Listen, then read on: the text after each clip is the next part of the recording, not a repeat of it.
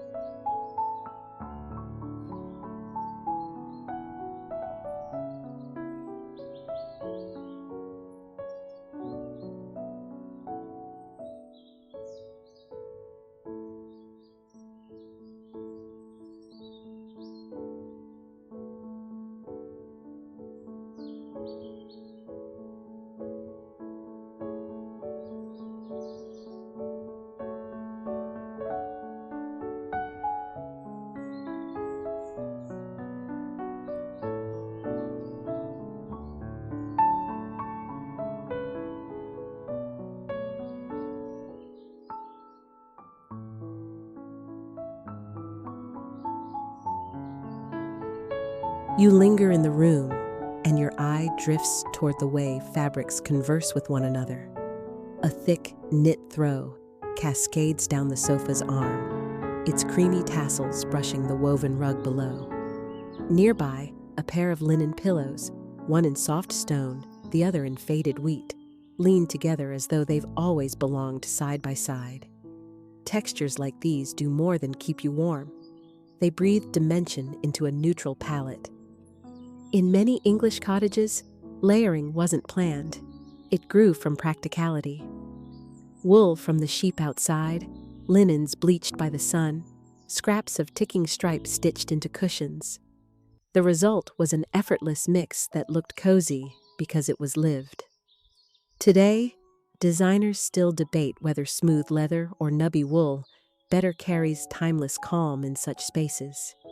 You reach to touch the armchair by the fire, where a quilt rests folded. Just like that handmade quilt we touched earlier, this corner works best when layered with memory. A basket of dried herbs tucked beside it adds a faint, earthy note.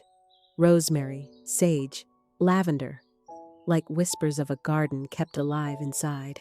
Did you know some households once tucked sprigs of thyme under rugs to ward off insects? An odd ritual, but charming in its stubborn practicality. Each fabric, each grain, each tiny imperfection asks you to slow down, sink in, and let the room wrap you in its quiet rhythm.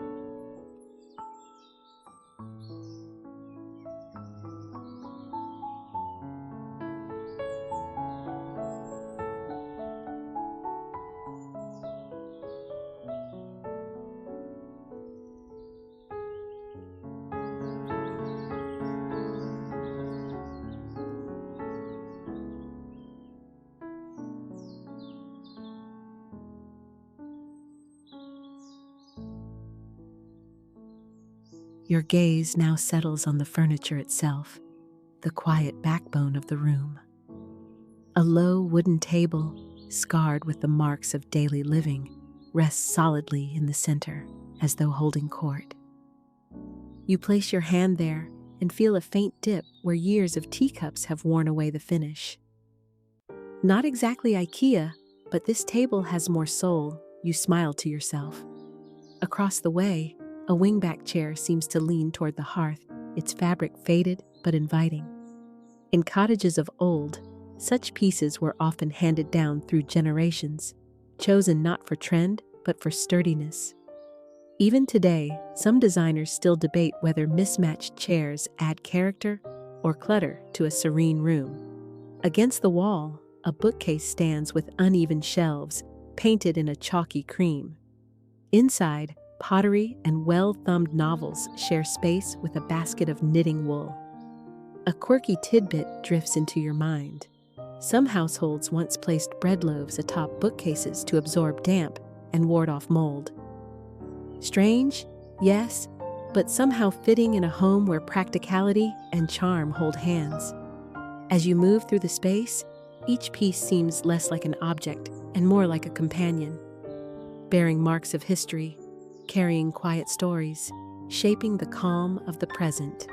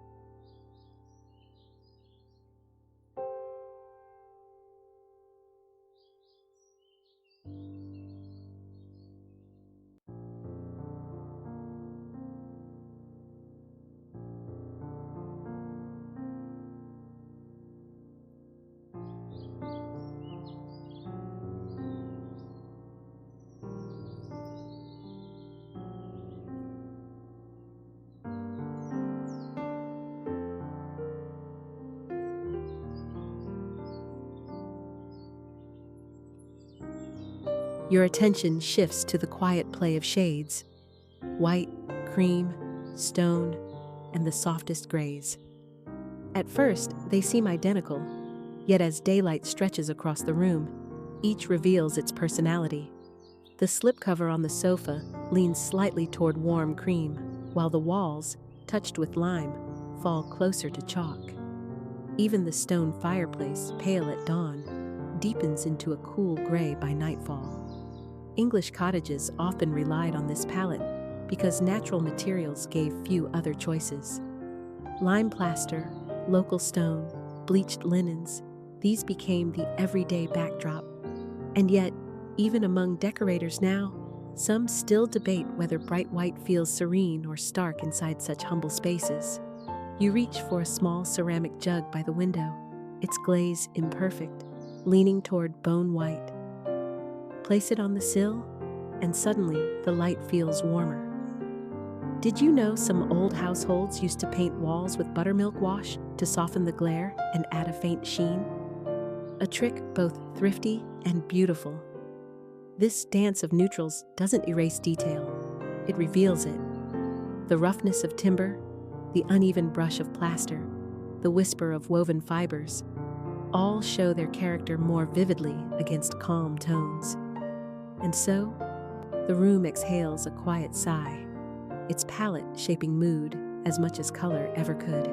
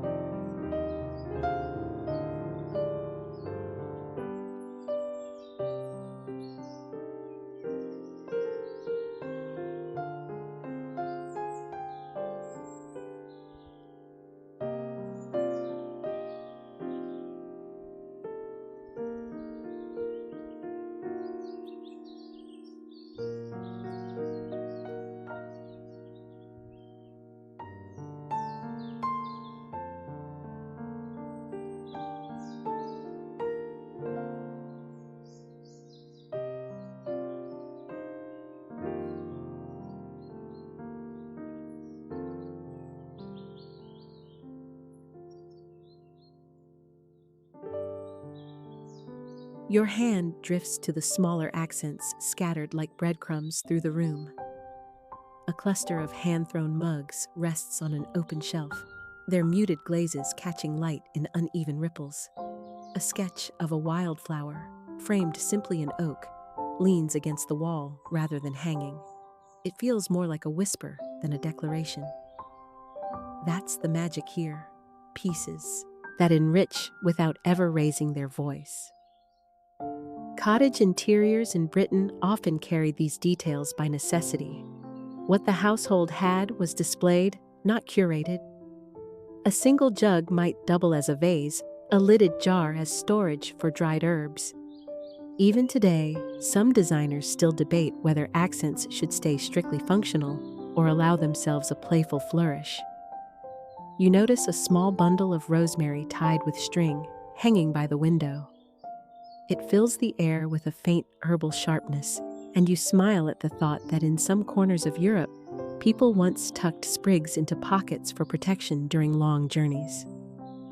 Odd, perhaps, but it adds a sense of companionship. These gentle touches never compete with the room. They linger, soft, almost secret. And when you settle back into the armchair, you realize it's not grandeur that makes the room whole, but these quiet companions keeping watch.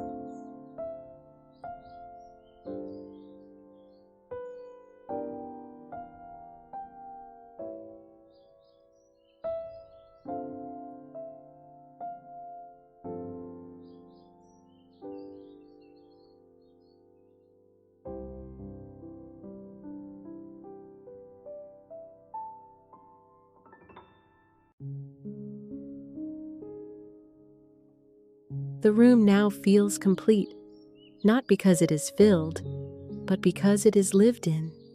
You notice how daily rhythms leave their imprint here. A folded blanket draped across the sofa, a teacup left on the oak table, the faint indentation on a cushion where you last sat. These aren't flaws. They are the pulse of home. In old cottages, life revolved around such rituals. Fire stoked in the morning, shutters drawn at dusk, herbs hung to dry in the in-between hours. Even now, some designers still debate whether it is the objects or the habits that truly give a space its soul. Perhaps it is both, entwined like ivy on a stone wall. Your hand grazes a basket by the hearth where slippers wait, a small ritual of comfort. Did you know some households once lined slipper soles with dried moss to keep them soft and warm? A curious detail, but fitting for the idea that even the simplest daily gestures can carry quiet luxury. And so, as the room hums with the rhythm of your own life, you feel it. The space doesn't just shelter you, it echoes you. It reflects calm because you live calmly within it.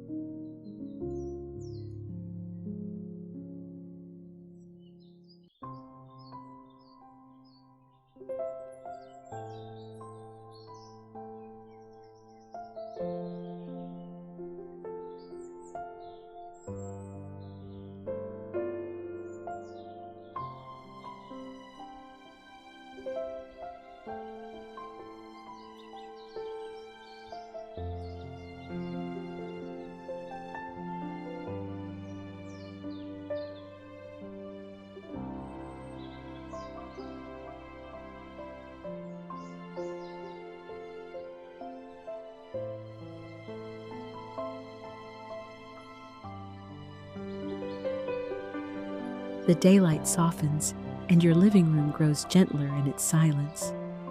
Neutrals hold the evening glow without effort, walls turning from cream to pale gray, wood darkening into quiet shadow, fabric catching the last amber light.